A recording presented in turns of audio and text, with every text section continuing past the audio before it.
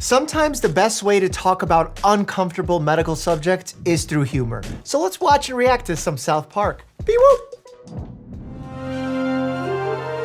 I hope they're gonna solve our insurance crisis. Wow, look at this place. Well, hello there. Looking to get some insurance? No, my friend's mom already has insurance with your company. Oh, great. You're here to pay your bill. No, we're not here to give you money. We're here to file a claim for my friend's medication.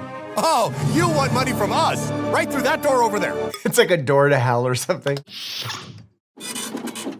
All these companies have the most amazing technology, AI, this, that. But whenever you think about their processing claims department, it's this poor dude. We want to file a claim to get my friend's weight loss drugs paid for. Oh, okay. With a typewriter, one finger at a time. This is the constant struggle I have. Like, to get my patients who need GLP-1 medications, either for weight loss or for diabetes, it's a struggle. But then get this, some of my patients have been on the medication, doing phenomenally well. We're keeping them out of the hospital because their diabetes is under control, their weight's going down. They're needing to see us in the healthcare system less so that they're spending less money of the insurance company. But they then take the GLP-1 off their formulary and no longer cover it. What the heck? Let me just speak with our medical director first. The rotary phone. And you laugh, but approvals and denials still happen by fax. Yeah, okay. Sorry, but we don't pay for medicines for obesity because it's not a disease. Who was that? That was the medical director. The medical director decides what claims are valid for us to pay for. But you didn't say who the patient was or what was wrong with him. Right. The medical director's job is just to say no. The more they say no, the more the profits go up. And look, I'm not trying to paint them in an all bad light, but the idea of them making things a little bit harder in some instances in order for you to give up and not actually proceed with the claim or the reimbursement works in their favor. And they definitely know that. They're aware. My friend's mom has been paying you people for years, and his doctor says his weight is a medical concern and obesity is a disease. Oprah Winfrey said so. Okay, calm down. Whether you think obesity is a disease or not doesn't really matter, because by treating the obesity, the risks of other diseases that you will inevitably have to pay for go down. It's a profit savings for you long term if you keep the same person insured. But because everyone's constantly switching plans, that's a big problem of our hybrid system. I didn't realize I was dealing with someone who had so much determination. If you do a little more work, I think we can get your medications paid for. What, we can? Yeah, you see, the doctors and the pharmaceutical companies and the insurance companies all kind of work together. So all you have to do is navigate the American healthcare system. They don't actually work together at all. It's the most discombobulated system ever. We're gonna navigate the American healthcare system. It's there for you and me. Just fill out these forms. We're gonna get better and we're gonna be strong and just healthy as can. Why is there like some kind of dialysis pump? Or it looks like it's one of those things where you blow into and the ball hovers around the cup. I need to send you to imaging. Let's navigate the American healthcare system. Just fill out these forms. I just filled them out the last place. It's so much fun to be getting it done. I can't sign this for insurance. His original doctor needs to sign this. We go back to the doctor to get that thing for insurance, then go back to insurance. This happens to me so often, of me ordering something for a patient, explaining the necessity, putting the diagnostic codes, only for them to say, oh, well, we cover it for this diagnostic code, but your diagnostic code is missing an R at the end. We need you to get a second opinion from a doctor who's in network. We're navigating the American healthcare system. Why is he wearing a patient gown everywhere he goes with his butt out? This is a tip that I can give here with South Park. It's so tempting to get mad, but the second you get mad, the more those people who are already annoyed with everyone yelling at them all the time, because it's not actually their fault, the less likely you are to succeed. And I know that sucks to hear, but the nicer and clearer you can be in your communication, even when you're fed up and you understand that it's not that person blocking you, the more effective you can be at times. Yeah, that's a pretty bad lice problem there. Good thing they pulled you out of school. But why me, doctor? Why me? How did I get this? A lot of people will feel ostracized by their classmates because they think that getting lice is like a moral failing or that they're dirty. In fact, lice enjoys a clean head of hair. Remember, it spreads by contact, close contact. Lice don't jump, they crawl. So it's literally kids making contact with each other's heads or sometimes through surfaces. In fact, the American Academy of Pediatrics says like, don't go crazy cleaning your entire house. Maybe vacuum, wash the most recent clothes that you wore, pillowcases. But like going too far doesn't usually help. And head lice, don't spread disease. So while yes, they can irritate your scalp and lead you to scratch and then create an infection from the scratching, they themselves look more evil than they are. And if you never saw head lice under a microscope, or dare I say head louse under a microscope, here you go. Good luck sleeping tonight. And I bet your head is tingling right now, because mine is.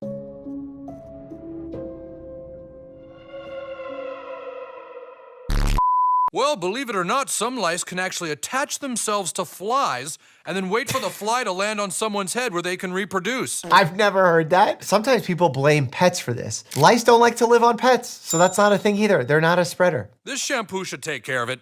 Use this in the shower. Yeah, we have medical treatments with certain chemicals that can kill the lice and the nits. We also have what people refer to as less toxic options. We have this very interesting louse buster heat technology that is not as hot as a blow dryer, and it can kill like 90+% of the lice there and the nits. And there is a world for wet combing, which is a whole technique on its own that some people super specialize in order to remove the lice one by one. It's not an easy technique. Things get missed there. I think they're trying to do a play on Nix, which is a common over-the-counter lice treatment that we sell here in the States. What is that?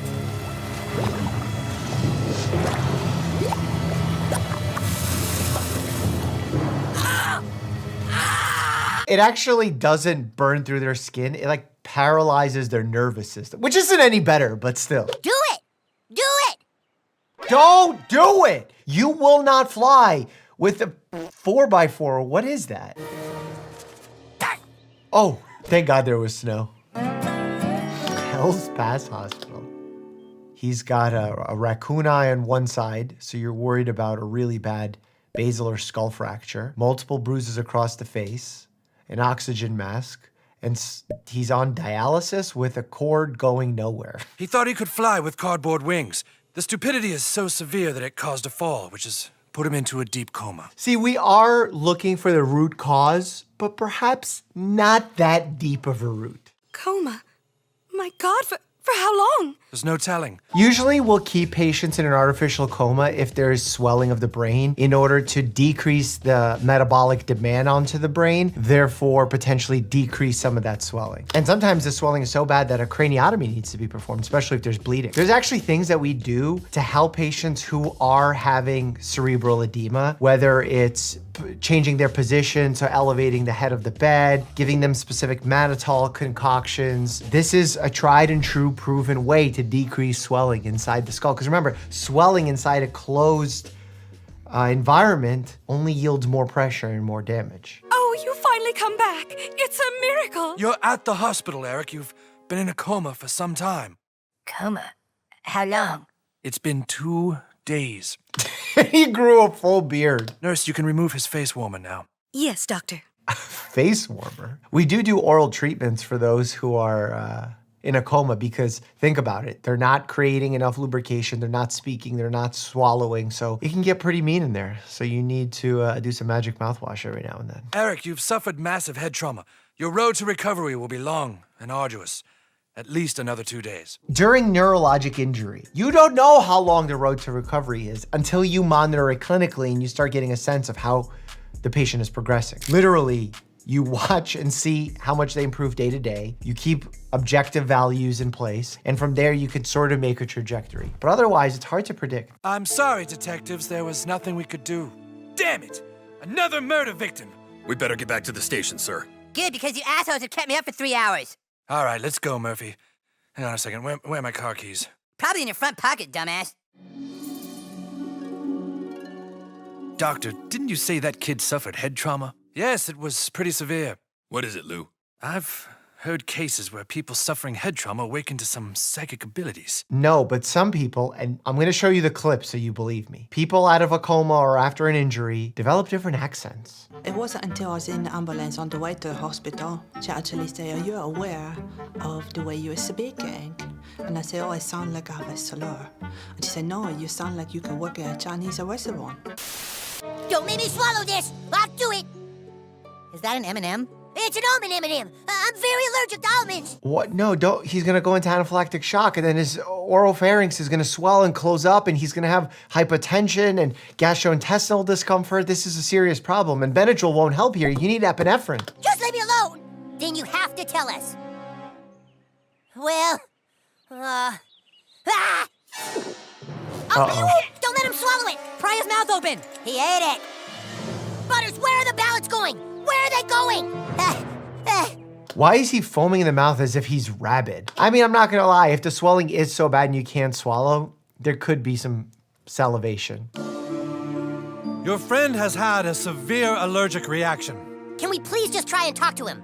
All right, but don't take too long.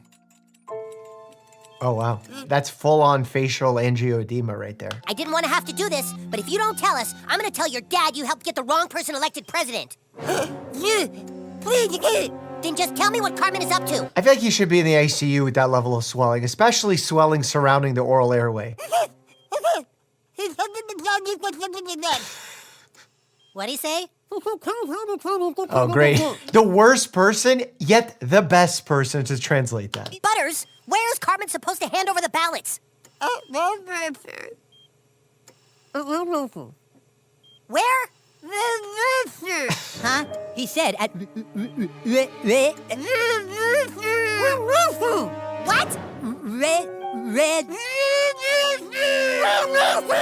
Oh, Red Lobster. Red Lobster? That's where people really have anaphylaxis if you're allergic to shellfish.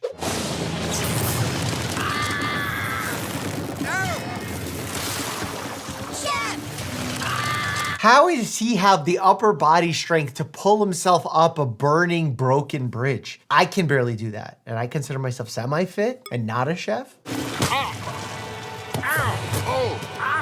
Oh, damn it.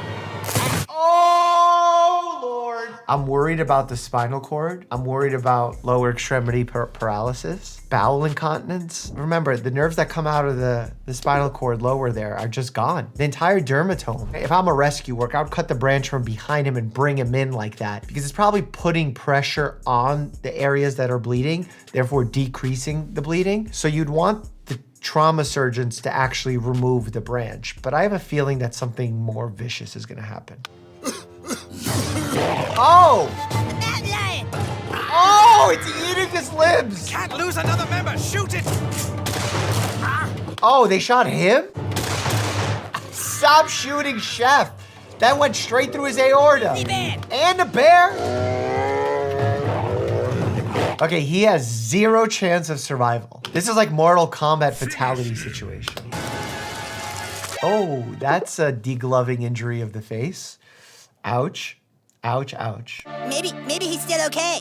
He's not, champ. Landing a 100-foot fall onto a sharp branch that penetrates the abdominal cavity and severs the spinal cord, then bleeding extensively out, exsanguinating, lions and bears mutilating and tearing apart limbs is not compatible with life. And I'm sure one of you in the comments is gonna be like, but my uncle was once camping and he fell and a mountain lion chewed off his finger. Doesn't count, not compatible. They say the last thing you do before you die is crap your... That's not true. I mean, once you're dead for a period of time, fluids come out, but... Oh, never mind. These guys have no hospital etiquette. In fact, here are things you should never do or say in a hospital. Click here to check that out, and as always, stay happy and healthy.